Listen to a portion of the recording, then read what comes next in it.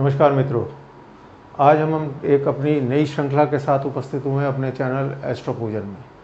आज हम जो है कुंडली में बनने वाले विभिन्न प्रकार के योगों के बारे में विवेचना करेंगे जो कि चंद्रमा से बनते हैं।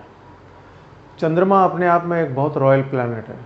चंद्रमा जो है कुंडली में एक बहुत प्रकार के योगों का जो है बनाता है और वो विभिन्न प्रकार के योग हैं वो आमतौर पे जनरली सभी कुंडलियों में पाए जाते हैं। तो आज हम सबसे पहले एक योग के बारे में जानेंगे जिसका नाम है सुनफा।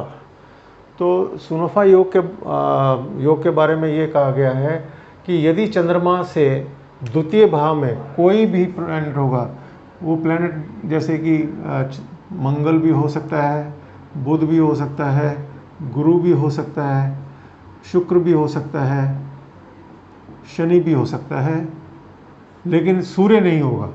चंद्रमा से कोई भी ग्रह दूसरे द्वितीय भाव में सूर्य को छोड़ के यदि कोई बैठा है तो वो अपने आप में एक सुनफा योग है। इसी प्रकार से चंद्रमा से 12वें भाव में सूर्य को छोड़ के इन ग्रहों में से किसी की भी उपस्थिति जो है वो अनफा योग बनाती है। तो ये सुनफा और अनफा योग जो है आमतौर पे हर जातक की कुंडली में पाए जाते हैं।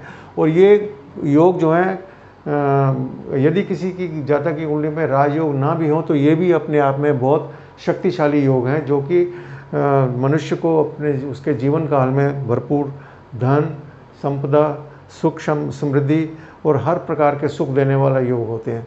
तो यदि किसी जातक की कुंडली में मतलब आप अपने आप से भी अगर अपनी कुंडली देखें, यदि चंद्रमा से दूसरे स्थान पे सूर्य को छोड़ के यदि कोई ग्रह स्थित है इन 5 ग्रहों में से तो भी आपका सुनफा योग बनता है। यदि 12वें भाव में सूर्य को छोड़ के इन 5 में से कोई भी ग्रह बैठा हुआ है तो उसको जो है अनफा योग बोलते हैं।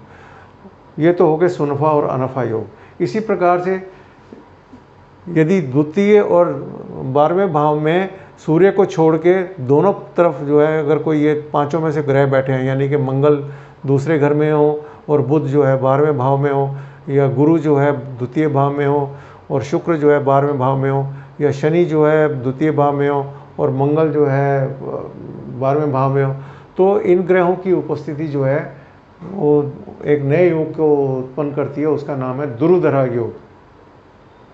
तो जिस जातक की कुंडली में चंद्रमा के द्वितीय और 12वें भाव में सूर्य को छोड़ के कोई भी ग्रह बैठा होगा तो उसको जो दुरुधरा योग बोलते हैं। तो ये भी एक अपने आप में बहुत पावरफुल योग है जो कि धन धान्य से संबंधित सभी प्रकार के सुख, समृद्धि, धन संपदा और हर तरह का ऐश्वर्य देने में सक्षम है। उसके अलावा एक चौथा ग्रुप योग भी बनता है जिसका नाम है केंद्रुम योग। चंद्रमा अपने आप में एक बहुत डेलिकेट प्लैनेट है।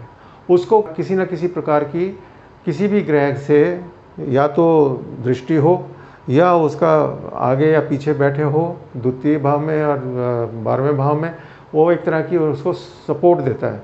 तो चंद्रमा को इस प्रकार की सपोर्ट की बहुत आवश्यकता होती है। लेकिन यदि चंद्रमा अकेला बैठा है, उसके दोनों द्वितीय भाव में और 12वें भाव में यदि कोई ग्रह नहीं बैठा हुआ और ना ही किसी ग्रह की शुभ या अशुभ ग्रह की उस पर दृष्टि है, तो चंद्रमा अपने आप में बहुत वीक माना जाता है। और इसी वजह से जो बनने वाला योग होता है चंद्रमा अकेला होने पर, उसको जो है केंद्रुम योग कहते हैं। तो ऐसा केंद्रुम योग होने से मनुष्य के जीवन में दरिद्रता, विवाह का ना होना या संतान का ना होना या हर प्रकार के दुख और बीमारी से ग्रसित होना, ये भी अपने आप में पाया गया है कि जिनकी भी कुंडली में चंद्रमा अकेला बैठा हो तो वो इस प्रकार की जो है दुख संबंधित जो समस्याएं हैं वो देता है। तो आशा करते हैं कि इन 4 योगों के बारे में आपको संबंधित जानकारी प्राप्त हो गई होगी। अब हम अगले श्रृंखला में एक नए योग के साथ उपस्थित होंगे। धन्यवाद।